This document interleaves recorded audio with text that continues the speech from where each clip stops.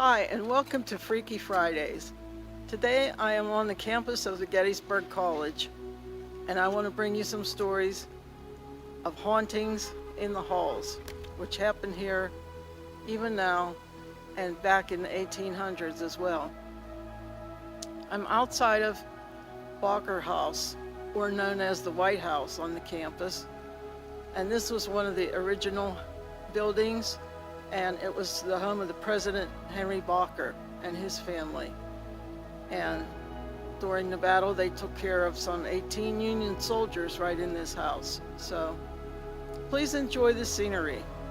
If you hear a chirping motion in the background at times, we are being invaded by the 17-year cicadas, and they are very loud and very obnoxious, but you can only hear them where there's a lot of greenery and trees and things. When you go to the middle of town, they're non-existent, so I appreciate hearing them. There are many different halls on this college campus, and just about every hall has one or more stories to tell, which are ghost stories. They tell of hauntings and bodies coming to life and suicide pacts, and they're wonderful stories, but they're not mine to tell. They're copyrighted and protected.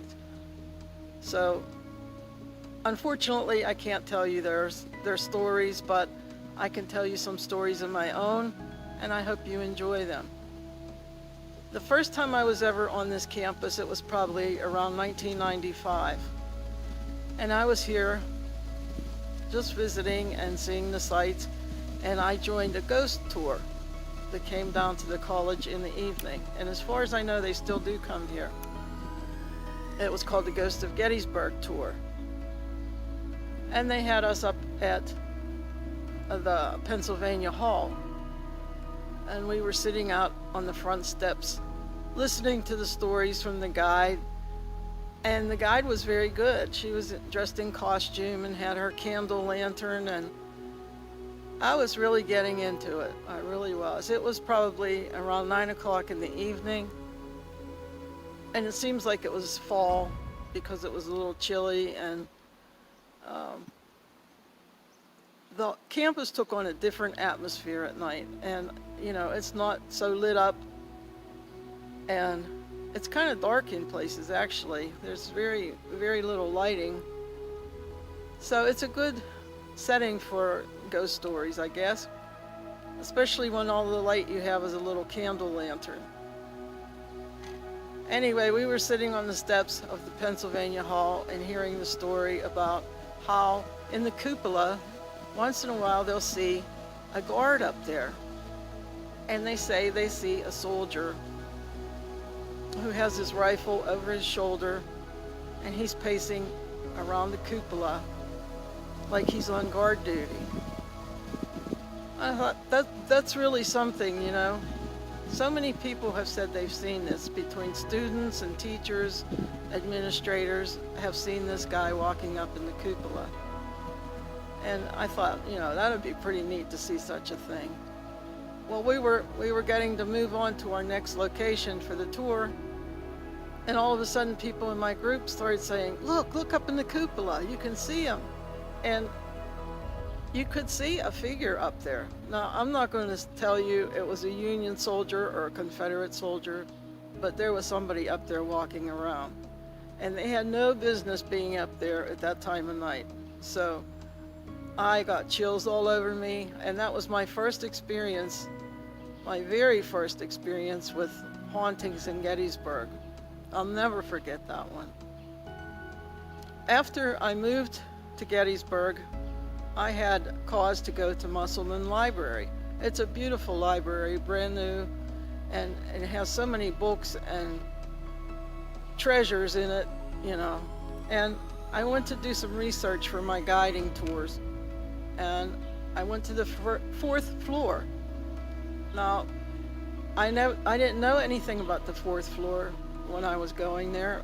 It has a special collections department, but you have to make an appointment to go there and view the special books and artwork and things that they have. So I didn't think too much of it because I wasn't going there, and I was just looking for Civil War books and on the subject of Gettysburg in particular. As soon as the elevator doors opened and I walked into that fourth floor, some kind of reaction happened to me. All of a sudden, I began to be very tired. I could feel my heart was feeling really heavy, and this is a sign that happens to me usually when I'm around some kind of paranormal entity. And I just couldn't figure this out. I really was thinking I might be having a heart attack, but then it didn't seem like that. It was just a heaviness, a heavy, heavy feeling. And I went back and started looking through the stacks of books, and honestly, I was so worn out from this experience that I had to leave. It was later that I found out that, the special collections are held on the fourth floor, and some people think that they retain some kind of influence from the people that owned them and died, in our earlier history. I don't know, but I can tell you I've had a reaction, and so have some of the students when they've been on the fourth floor. When they're back in the stacks of books, they said they've been frightened. They fall asleep all of a sudden. Some of them, they have little desks around the edge of the floor, and I don't know what's going on there, but to me, I think there is a big paranormal influence at the Musselman Library. I have one more story to tell you about my paranormal experience at Gettysburg, and that is 2 years ago, I met a woman who was a student here. She was a junior, and we met at the farmer's market.